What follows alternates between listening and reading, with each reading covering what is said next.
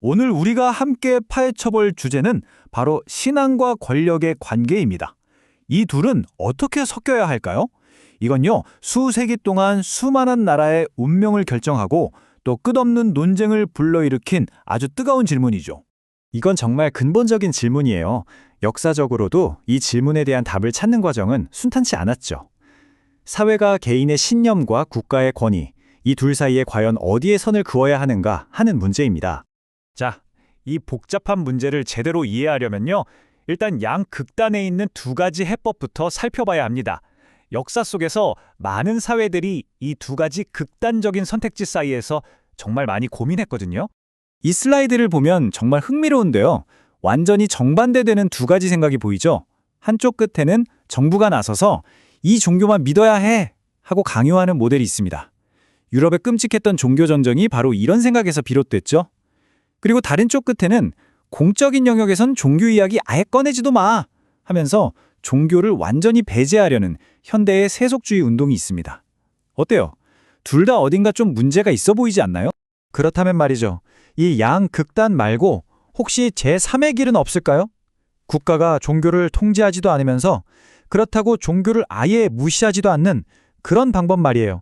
자, 여기서 아주 흥미로운 인물이 등장합니다. 바로 네덜란드의 신학자이자 한때 총리까지 지냈던 아브라함 카이퍼인데요.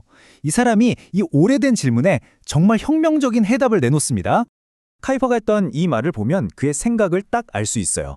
그는 국가가 모든 것을 다 할 수 있고 모든 것을 통제해야 한다는 생각, 즉 전능한 국가라는 개념 자체를 굉장히 위험하게 봤습니다. 그래서 카이퍼가 내놓은 핵심 아이디어가 바로 이 영역 주권이라는 겁니다.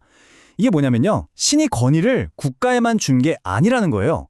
가정, 교회, 기업, 예술 같은 사회의 여러 영역들에도 각각 고유한 권위를 직접 주셨다는 거죠. 그러니까 각 영역은 자기 분야에선 자기가 왕인 셈이에요.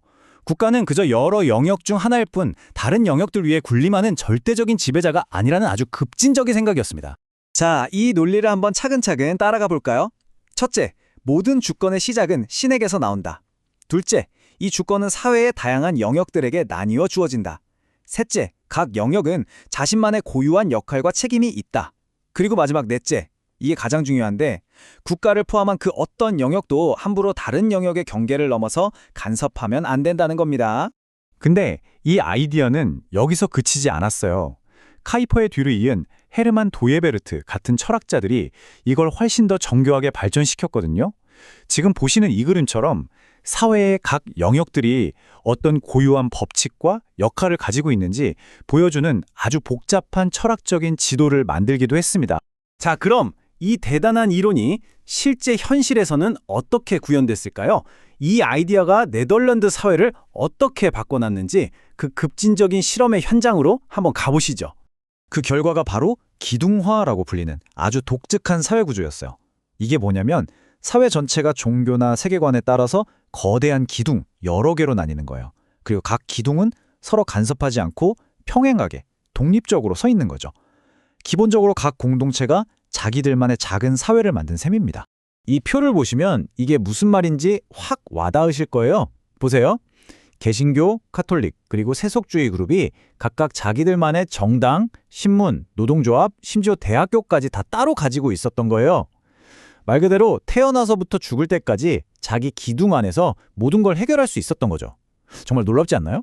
자, 그럼 이제 한 걸음 물러나서 이런 강력한 사상이 과연 어떤 결과를 낳았는지 그 장기적인 영향과 유산을 한번 들여다보겠습니다.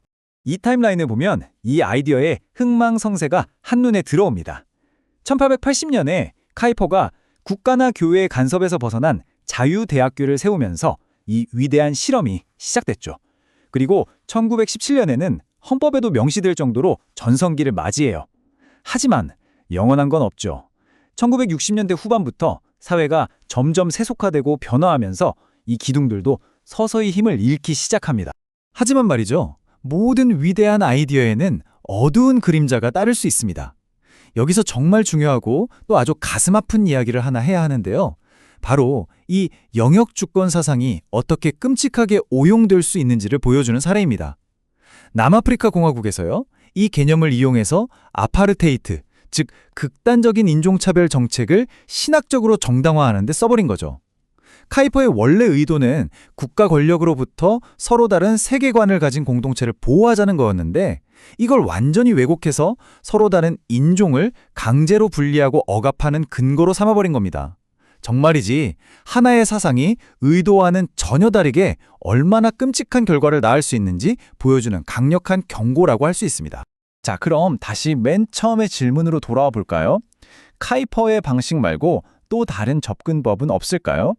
여기서 신학자 웨인 그루뎀이 제시한 또 다른 관점, 의미 있는 기독교적 영향력이라는 모델을 한번 살펴보겠습니다. 이 모델은요, 사회를 구조적으로 분리하기보다는 오히려 더 적극적으로 참여해서 긍정적인 영향을 주자는 거예요. 핵심은 이겁니다. 기독교인들이 성경의 가치에 따라 사회를 더 좋은 곳으로 만들기 위해 노력해야 한다는 거죠.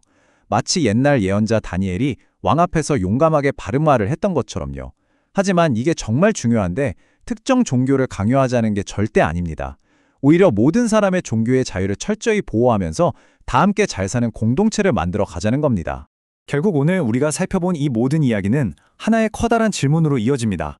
오늘날처럼 정말 다양한 사람들이 함께 살아가는 세상에서 우리는 어떻게 하나의 공동체라는 통일성을 지키면서도 동시에 각 개인과 집단의 자유를 보장할 수 있을까요? 이 아슬아슬한 균형점을 찾는 것, 아마 이게 오늘날 우리 모두에게 주어진 가장 큰 숙제가 아닐까 싶습니다.